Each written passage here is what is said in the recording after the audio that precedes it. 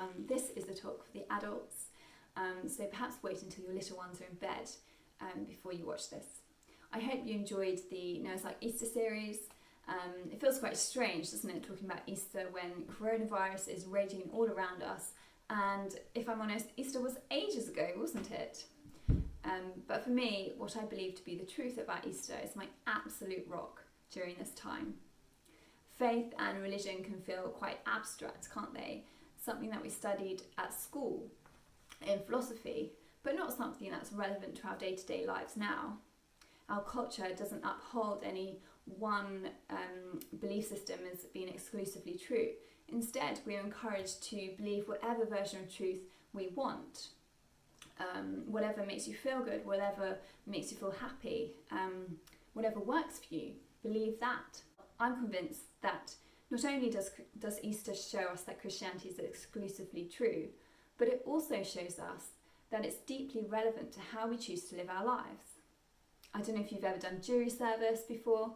Well, imagine with me just for a moment that you are in the jury and before you is the question of whether Norman was at home innocently watching Love Island with his partner or whether he was at Tesco stealing toilet paper.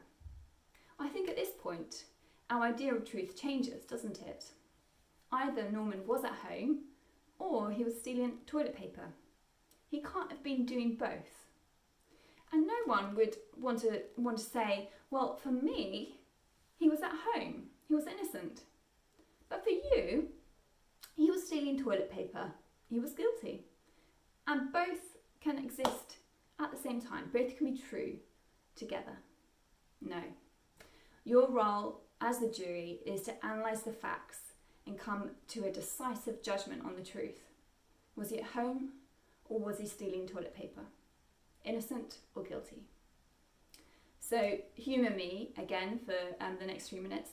Imagine you are again in the jury and before you is the evidence of the events that happened in Jerusalem 2,000 years ago.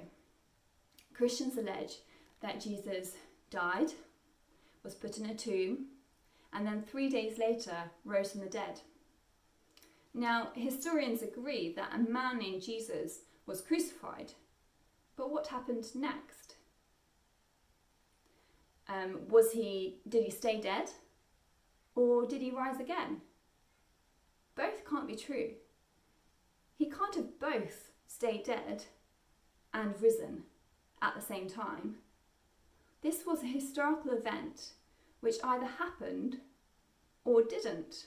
I'm not a Christian because it helps me through hard times or because it provides me with a community, though it does do those things. I'm a Christian because I believe it's historic truth. And while some truths don't really matter, this one really does. If it's not true, then I am completely wasting my time.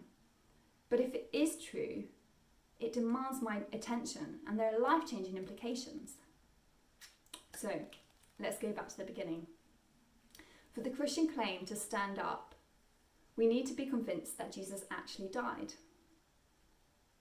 Jesus was crucified on a cross, which was a very popular way of execution back then. The Roman soldiers in charge of his execution were professional killers, killing professionals.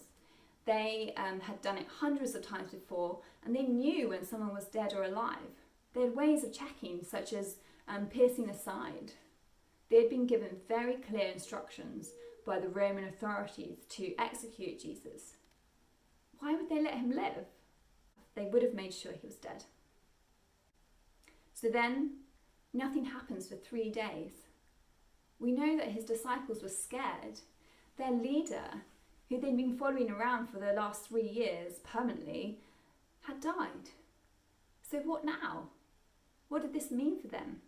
Was Jesus a lie? And they were fearing for their own lives. They were hiding in a locked room, waiting for that knock for the soldiers to come and kill them too. But then, Easter Sunday, we hear that some women came to the tomb and saw that it was empty. And for me, this is the most convincing piece of evidence for the resurrection. Because his body must have been somewhere. So what are the options? Well, perhaps the women were lying about the tomb being empty. Perhaps Jesus' body was there all along. But that was easily verifiable by everyone, particularly those who were against Jesus and against Christianity. They could just go to the tomb and look. So what else? Maybe someone stole the body. Maybe the Romans and the Jews who were against Jesus. But the thing is, in the next few weeks, Christianity really started to spread. It became a massive threat for the Romans and the Jews. If they had the body, they would have shown it to people. They'd have said, look, come and see. Come and see, he didn't rise again. He's here. It would have overnight, instantly disproved and ended Christianity. Why didn't they do that? For me, the only logical explanation is that they didn't have it. So maybe his disciples stole the body. Then they could come up with a story and pretend that he rose again and start some sort of faith movement based on that. But the thing is, we know that they were scared. They were hiding in a locked room. But then something happens to utterly, completely transform their behaviour. They went from hiding and being scared to being willing to risk their lives to tell people the news about Jesus. What happened to effect this change? They didn't gain financially, indeed the opposite. They were rejected by many people, they were imprisoned, and lots went on to experience horrific deaths as a result of their claim that Jesus rose from the dead. If it was all a lie, then surely someone, one of them, would have spilled the beans when faced with a roaring lion or a crucifix. But no one did. They saw the risen Jesus. That just seems to make the most sense. If the claim that Jesus rose from the dead is true, then it has earth-shattering consequences. Jesus said he was God and told us to follow him. He backed this up by everything he did in his life and then dying and rising from the dead again. If Jesus didn't rise from the dead, then he's a fraud and quite frankly I should shut up. But if he did rise again, he demands our attention. Because of his resurrection, I can trust him when he says that I am forgiven. And I can trust him when he says that he will rescue me from death. There's a huge wealth of other evidence out there that I haven't had time to go through in this talk, but I would encourage you, go, be the jury, rigorously investigate these facts. Don't stop until you've reached a conclusion, either way. Because for me, this is the most important question you will ever investigate.